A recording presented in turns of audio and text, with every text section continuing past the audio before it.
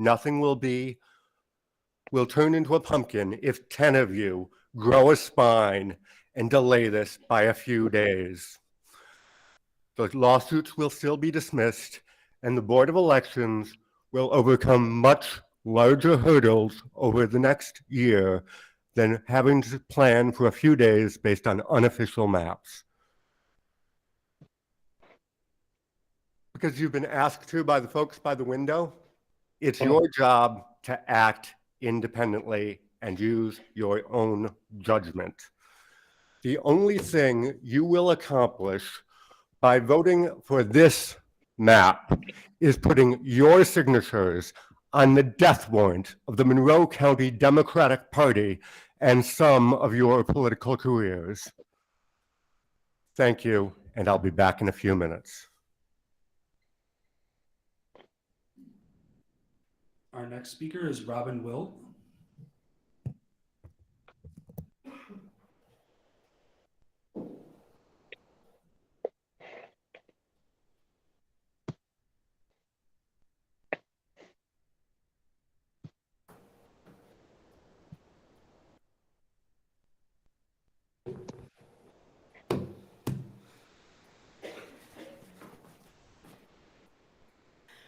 Good evening.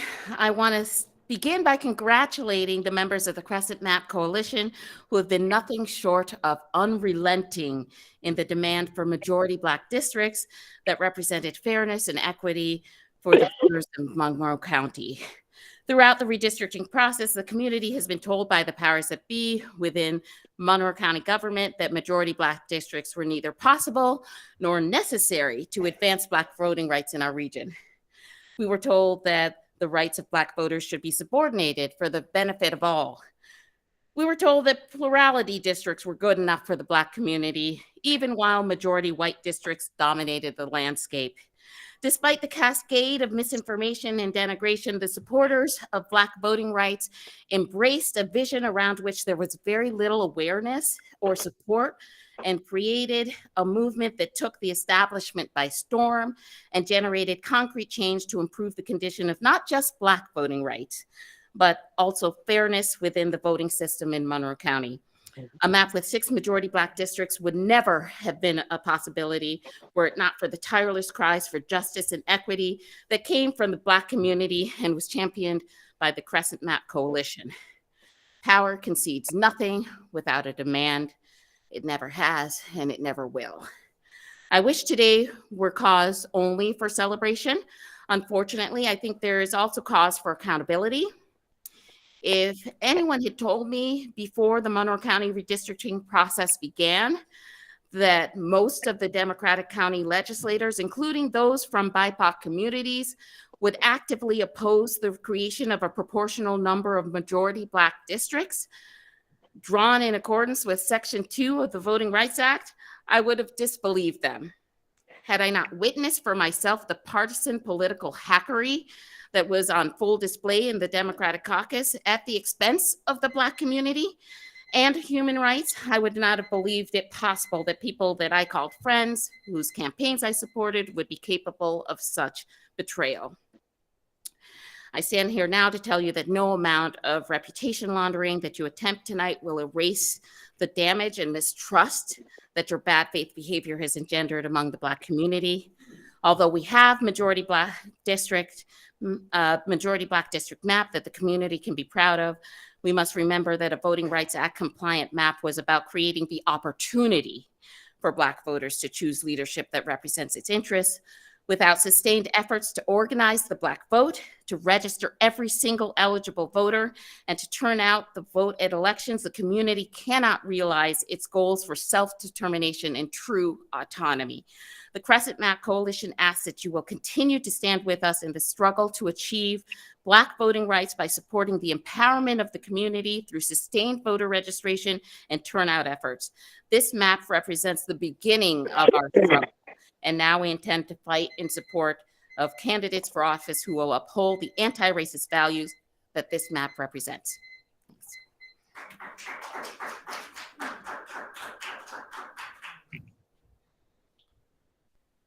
Our next speaker is Reverend Myra Brown.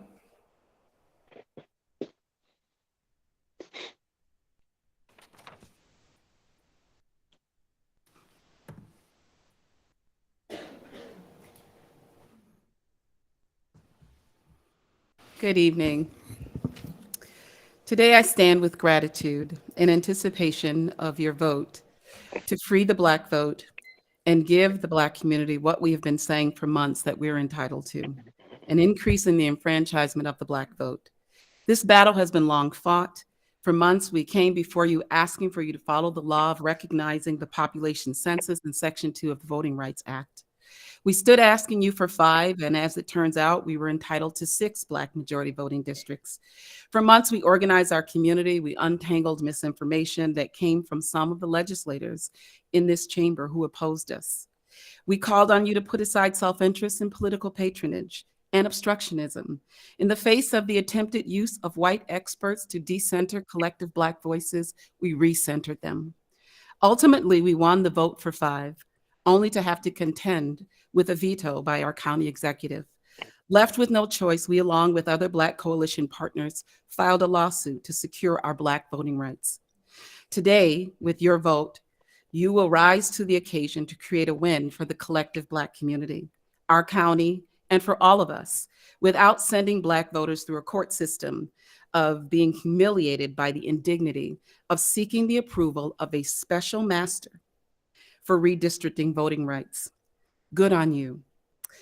Because I dreaded the idea of going before a special master, I would be remiss if I didn't share with you that the language of a special master embedded in this legal process is a relic from Black people's racial past, when our ancestors were forced to seek permission from people carrying the title of master for every part of their lives. My grandmother told me stories passed down to her about men by the name of Master Jones and Master John.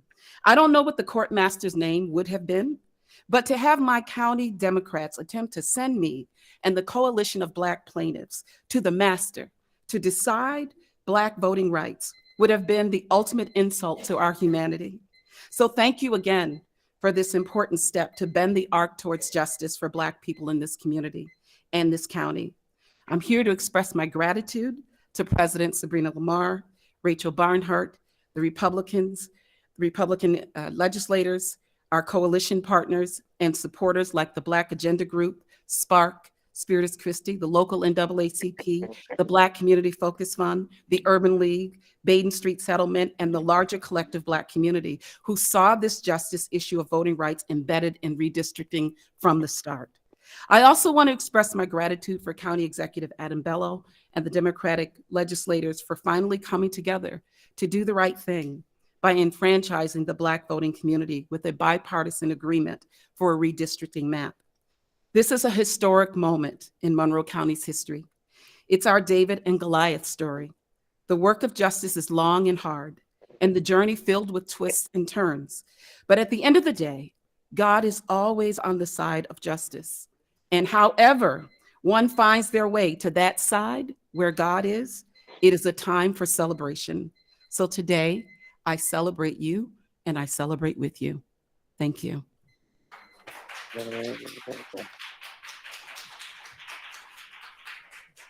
Is there anyone that wishes to address the legislature during the public hearing that hasn't spoken yet? Please come forward and state your name.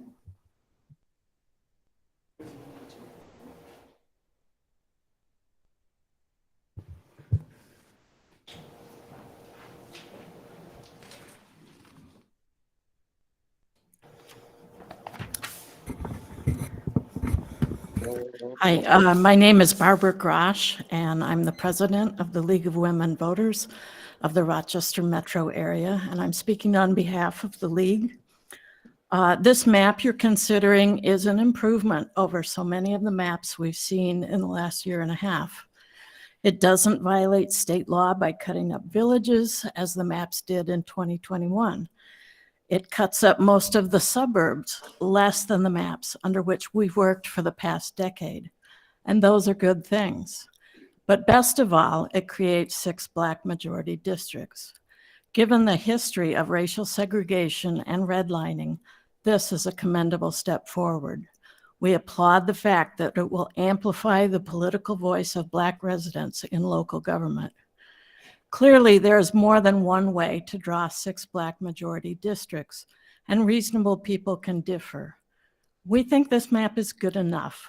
There's nothing to gain by waiting for a court to draw a map for us. We urge the legislature to pass this proposal and the county executive to sign it. Let Monroe County be self-governing.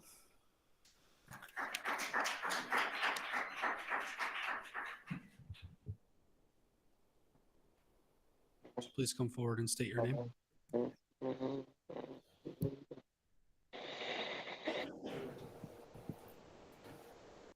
Good evening, Dr. Lisa Young. Dr. Gail Harrison from the Baber Social Justice Commission wanted to be here, but on behalf of the commission, we just wanted to thank you. We wanted to thank President Sabrina Lamar and County Executive Adam Bello for working tirelessly to come together and to enable us, the community, the Black community, to be able to have our rights without having to go to court. I couldn't have said it more eloquently. The whole idea of having to face a master is gross. And we just didn't want to have to go through that unnecessarily. So I just wanted to say thank you for your effort. It's been a tireless, arduous, unnecessary, we feel, journey. But we want to thank both of you for coming together and for resolving this issue. Thank you.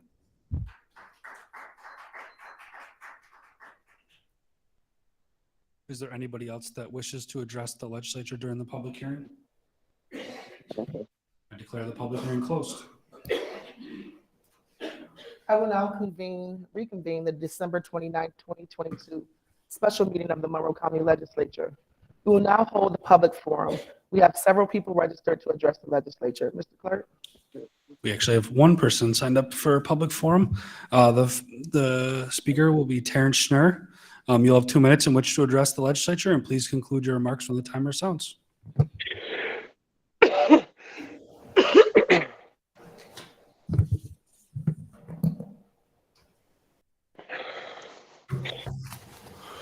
Next week will mark 30 years that the desk in front of me has been occupied by the minority leader.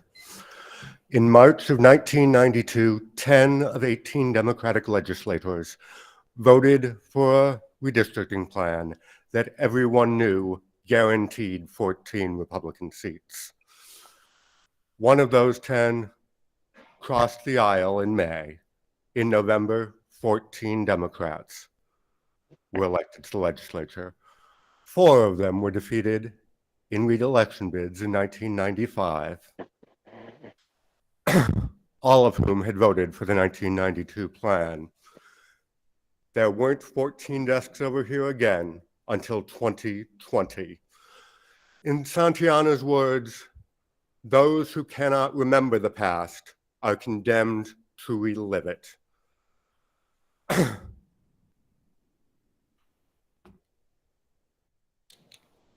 This map is designed to make possible a 28-seat Republican Flaglerite majority. That won't happen because some of you will work hard and get lucky. But if you don't live in Pittsford and think you have a safe district, think again.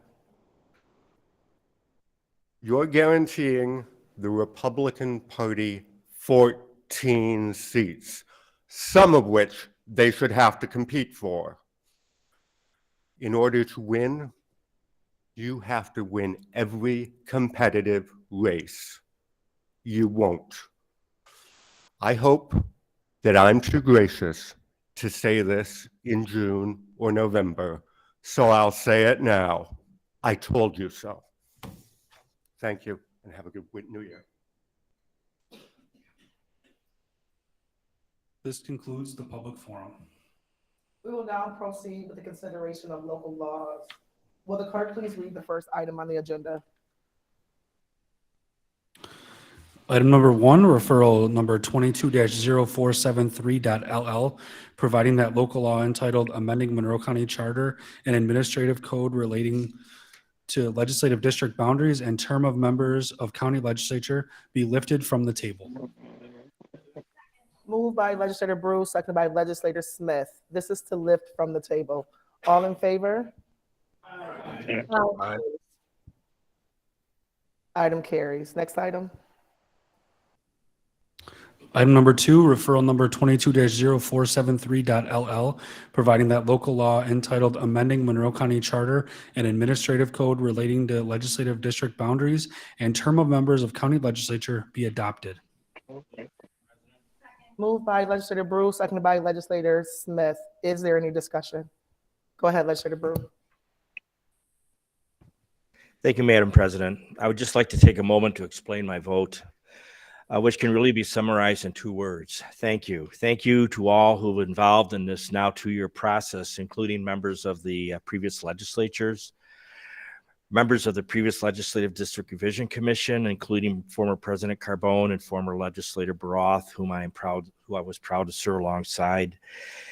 Also, thank you to the members of this year's commission, including Assistant Majority Leader Colby, Minority Leader Roman, Commissioners Ortiz, Nicolay, and President Lamar. Thank you to all the members of the legislature this year who contributed and attended commission meetings here or in your towns and communities. County Executive Bello and his staff, the Board of Election staff, the legislature staff, elected officials from city council to town boards, and so many more. But most importantly, I want to thank the members of the public who took countless hours out of their busy lives to give their opinions and tell us how we could improve. They were truly performing their civic duty to the highest of their ability. This process is truly all about them and our Monroe County voters, and not any of us. All of the people and contributions listed above are why I am most proud of this proposal we are voting on today. This map takes into account all of those voices, as different as they might be, and produce the best possible redistricting plan for our community. From the city to the suburbs to our rural areas like my home district, this map will ensure equality and representation, adheres to the law, and lays out a plan that will work not only today, but for years to come. I'm extremely proud to support this proposal before us, and I will be voting yes. I hope that every member of this body will join me in doing so and be part of this truly important moment in history. Thank you. Thank you, Legislator Brew. Is there any other discussion? Go ahead, Legislator Barnhart. Thank you. I'm voting for this map because it has something I fought for very hard this year, and that is Black majority districts, including the district in which I currently live. It's really hard for me to say this because it's at odds with people that I deeply respect and have worked closely with on this issue, but it's because of the historic agreement for Black districts that I believe the map has to be revised or overturned immediately. There are multiple violations of state and federal law in this plan. We are sitting ducks for lawsuits. The Supreme Court will likely strike down a key portion of the Voting Rights Act next year, making time of the essence to fix this plan. We were very close to getting something done that we could be proud of. I've said all year that a political compromise map doesn't mean perfection. It doesn't mean purity, but it does have to pass the smell test. And I warned that the map had to be plausible. This isn't it. First, there's the issue of partisanship and incumbency protection. There's a new state law, and it says, quote, districts shall not be drawn to discourage competition or for the purpose of favoring or disfavoring incumbents or other particular candidates or political parties. It does not say may not, it says shall not. The game plan, create faux competitive districts that favor the GOP and safe districts forget Democrats. This map packs Democratic districts with more Democrats. My rough enrollment calculations show 9 suburban districts got more Republican, 10 got more Democratic. This despite the fact that Republican enrollment has fallen steadily to 25% right now in the county. How was this feat accomplished? By repeatedly crossing municipal borders for absolutely no legitimate reason other than to help incumbents and their chosen successors on both sides of the aisle. Greece goes from 6 to 7 reps, Irondequoit from 2 to 4, the city from 9 to 10, Penfield and Parrington from 2 to 3. The area where LDs 9, 10, and 14 meet is an example. Pittsford-based LD10 picks up Democratic Brighton voters to clear up room for Brighton-based LD10 to pick up Democratic Penfield voters, thereby shoring up LD10 for Democrats and giving a boost to Republicans in LD9. And of course, this maneuver stops just short of where 2 of these 3 legislators live. In fact, 10 incumbents live just inside their district lines, almost like it was drawn that way. there just was no restraint shown here, no attempt to cover your tracks. It was like everyone said, well, we did our good deed, we have our black districts, so now we get ours. And that leads to problems with federal law. While the map fortunately has 6 black districts, there's likely a Section 2 problem in the way they were done. Section 2 of the Voting Rights Act requires a narrowly tailored remedy, meaning the districts have to be drawn in the least obtrusive manner. No one can look at some of these districts and say that. Some of the decisions directly harm black voters to the benefit of non-black incumbents. Consider that 1,000 black voters and 2 majority black EDs were put into an adjacent white district. Those 1,000 black voters are now denied the opportunity to elect their candidate of choice. Why? Well, to make sure that LD 26 and by extension LD 17 white districts have enough population for favored candidates to keep their districts. That one decision made it an awful lot harder to draw the West Side black districts. The 6 black districts were clearly grudgingly created because the map bends over backwards to make sure that those districts didn't really impact anything or anyone. That's a Section 2 violation. And the result is a map that is likely doomed, and a map that hurts voters, including thousands of city residents that I represent, who are going to be pretty mad to learn they're now being used to help Irondequoit politicians. My guess is this will be a landmark test case of the new state law, thanks to the flagrant and well-documented effort to help friends and hurt enemies. Imagine if we have to hold back-to-back elections because of this screw-up. Imagine telling all of the people who fought for 6 black districts, sorry, your victory's overturned because we got really greedy.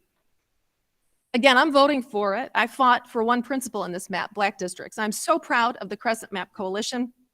I appreciate the work that so many people spent getting to this point. Robin Wilt, Reverend Myra Brown, and you, President Sabrina Lamar, thank you so much. I learned a lot and enjoyed working with you. And I deeply regret saying that I believe that work could easily go up in smoke. Thank you.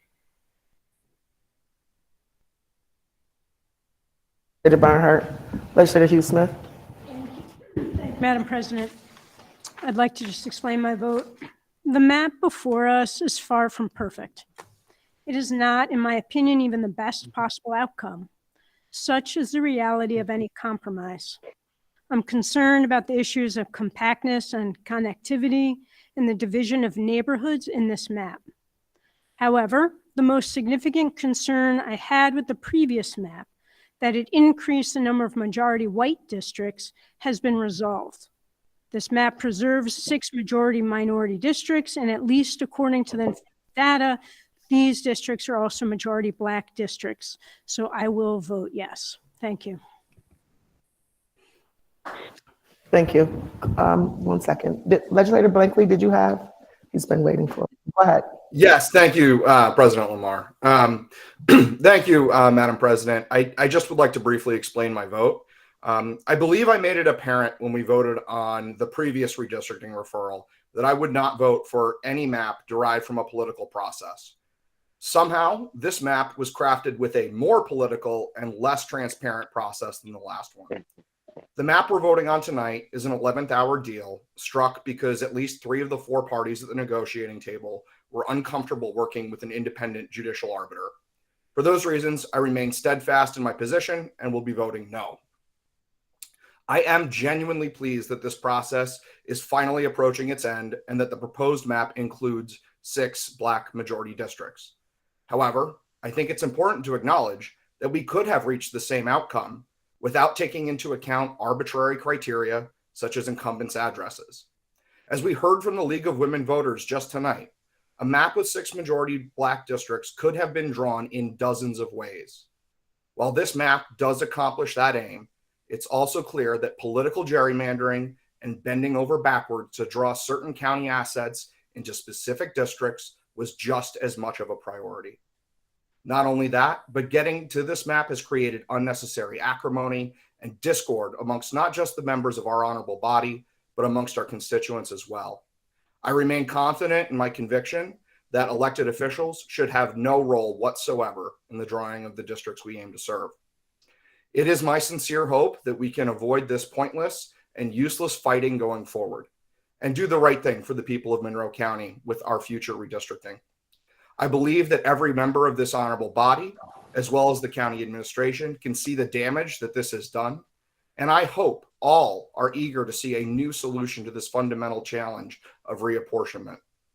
With that as my firmly held belief, I will be introducing a referral in January to codify a new redistricting process that would take effect following the 2030 census. I want to re-extend the same invitation I made last time to all 29 legislators to participate in the development of that process, and I'll ask for your support when it comes to the floor of this honorable body for a vote. Thank you very much. I yield back. Thank you, Legislator Blankley. Legislator Vasquez Simmons. Thank you, Madam President. I'd like to explain my vote. It continues to be an honor to proudly represent the diverse community that Legislative District 22. I'm particularly happy that we've moved away from referring to the map as the crescent map, a term notoriously, shamefully, and historically used by financial institutions that outlined areas within the city of Rochester. They intentionally disenfranchised and crippled our community of color. This has been a long road, one that could have been prevented if those involved in the process had followed the law and allowed for the truly independent, neutral party to map the future. At no point is it acceptable for politicians and their agents to choose their voters through the redistricting process. To add insult to injury, the amount of gaslighting and threats made daily against duly elected officials itself should be viewed with great concern. It is my hope that we can dedicate the same level of energy to the healing process ahead and put our efforts instead into reversing the generational poverty that still plagues many of the districts with the city of Rochester. Although the bipartisan compromise map is a beautiful looking map, I will be voting against it. Thank you, Legislator.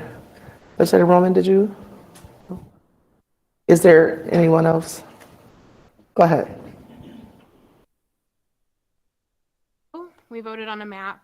I voted for a map under the condition that the community come together to get up to 6 Black districts. Map seems to do that enough to where we're calling it a 6 Black district map. There have been a lot of 6 Black district maps. Some of them I think did a better job of keeping neighborhoods together. Vote for this map because it was the condition I asked for when I voted for the last map. But I'm not sure where.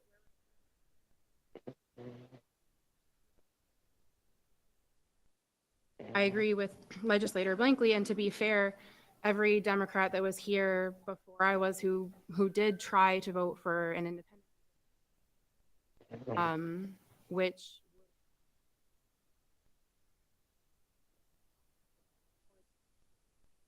efforts to secure an independent commission in the future.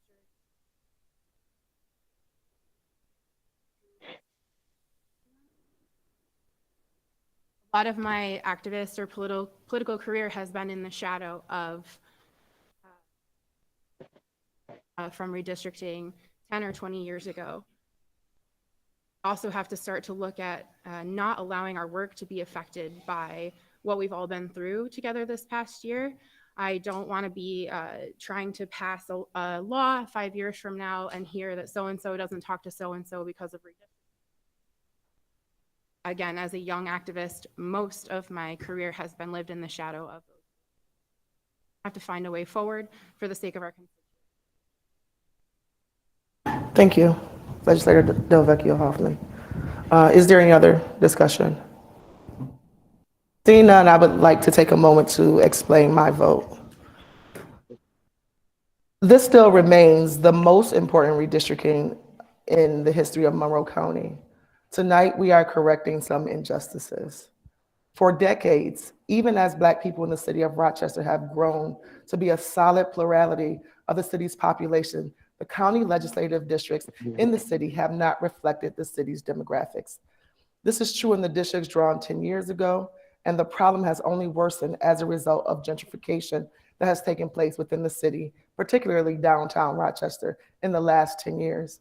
When one considers the fact that Black people in the city of Rochester have been historically gentrified into specific areas of the city, it becomes obvious that the city legislative districts are out of touch with demographics, the reality, and the law. The Crescent has been identified in countless reports, including the recent Race Commission report for the historic discrimination, redlining, disinvestment, and disenfranchisement that its residents have endured. The historical neglect of the Crescent absolutely must be addressed in any map presented to this body. Previous redistricting processes have failed to produce a map that truly maximizes the voting rights of Black city residents as guaranteed to them in the Voting Rights Act. We changed that. I'm truly proud to have served as the chairwoman of the Legislative District Revision Commission that recommended the original Crescent map with the bipartisan support, and now the 6th Black majority district before us today with overwhelming bipartisan support. The map you see today is a result of a commitment I made back in January, a commitment that I have not wavered from one bit, to put people in our community before politics and to work as a bridge between the Democrat and Republican parties to accomplish great things on behalf of the citizens of Monroe County. Following the county executive's veto of the previous proposal, I realized that our work was not finished and we had one last opportunity to bring everyone back together and to come up with a map that incorporated even more input, including that from the community, County Executive Bello, and members of both legislative sides. I began this process with the intent to put politics aside. This was our chance for everyone involved to do the same and come up with a map that could be agreed upon by the legislature and approved by County Executive Bello. After the last several weeks of meetings, under the pressure of time and 2 separate lawsuits, we reached a breakthrough on another historic bipartisan redistricting proposal that builds on the progress of the Crescent map to create 6 Black majority districts while preserving communities of interest, maintaining municipal boundaries, and ensuring equity for all Monroe County voters. For the first time, the city of Rochester will have 6 majority Black legislative districts that reflect the city's population. This was no easy task. Compromises had to be made along with hard choices about traditional boundaries. In the end, we came up with a map that we believe is the fairest, most equitable, one that complies with Section 2 of the Voting Rights Act, the Equal Protection Clause of the 14th Amendment, and New York state law. I would like to once again acknowledge the support we have received from local community organizations demanding we provide the community with the Black majority districts required by law. Without them, we would not have made this map a reality.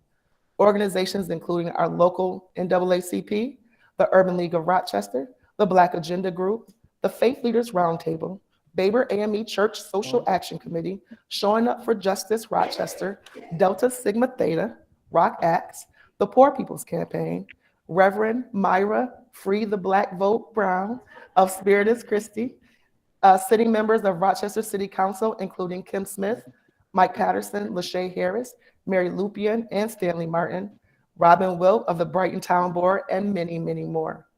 You know, John Lewis said that the vote is precious. It is almost sacred. It is the most powerful nonviolent tool we have in democracy. And tonight, we're making it easier for people to exercise their right to vote and to choose their elected representatives. I am proud to walk in the footsteps of our greatest leaders like Minister Franklin Florence and the late Supervisor Constance Mitchell and Assemblyman David Gant by fighting for civil rights. And that is why I am willing and I'm going to be voting yes. I look forward to this legislature passing this map and to the county executive signing it into law as we have pledged to do. Mr. Clerk, there being no further discussion, roll call vote, please. Mr. Brew? Yes. Mr. Brew votes yes. Ms. Roman? Ms. Roman votes yes. Mr. Alcoffer? Yes. Mr. Alcoffer votes yes. Ms. Barnhart? Yes. Ms. Barnhart votes yes. Mr. Baines? Yes. Mr. Baines votes yes. Mr. Blankley? No. Mr. Blankley votes no. Mr. Burgess? Yes. Mr. Burgess votes yes. Mr. Colby? Yes. Mr. Colby votes yes. Mr. Delahaney? Yes. Mr. Delahaney votes yes. Ms. Delvecchio Hoffman? Ms. Delvecchio Hoffman votes yes. Mrs. DeFlorio? Mrs. DeFlorio votes yes. Mr. Dondorfer? Yes. Mr. Dondorfer votes yes. Mr. Frazier? Yes. Mr. Frazier votes yes. Ms. Hasman? Yes. Ms. Hasman votes yes. Mr. Hebert? Mr. Hebert votes yes. Ms. Hughes Smith? Ms. Hughes Smith votes yes. Mr. Johns? Mr. Johns votes yes. Mr. Keller? Mr. Keller votes yes. Mr. Long? Mr. Long votes yes. Mr. Mafucci? Mr. Mafucci votes yes. Mr. McCabe? Mr. McCabe votes yes. Mr. Milne? Mr. Milne votes yes. Mr. Morris? Mr. Morris votes yes. Ms. Smith? Ms. Smith votes yes. Ms. Taylor? Ms. Taylor votes yes. Ms. Vasquez Simmons? No. Ms. Vasquez Simmons votes no. Ms. Vecchio? Ms. Vecchio votes yes. Mr. Udelson? Mr. Udelson votes yes. President Lamar? President Lamar votes yes. 27-2, local law passes.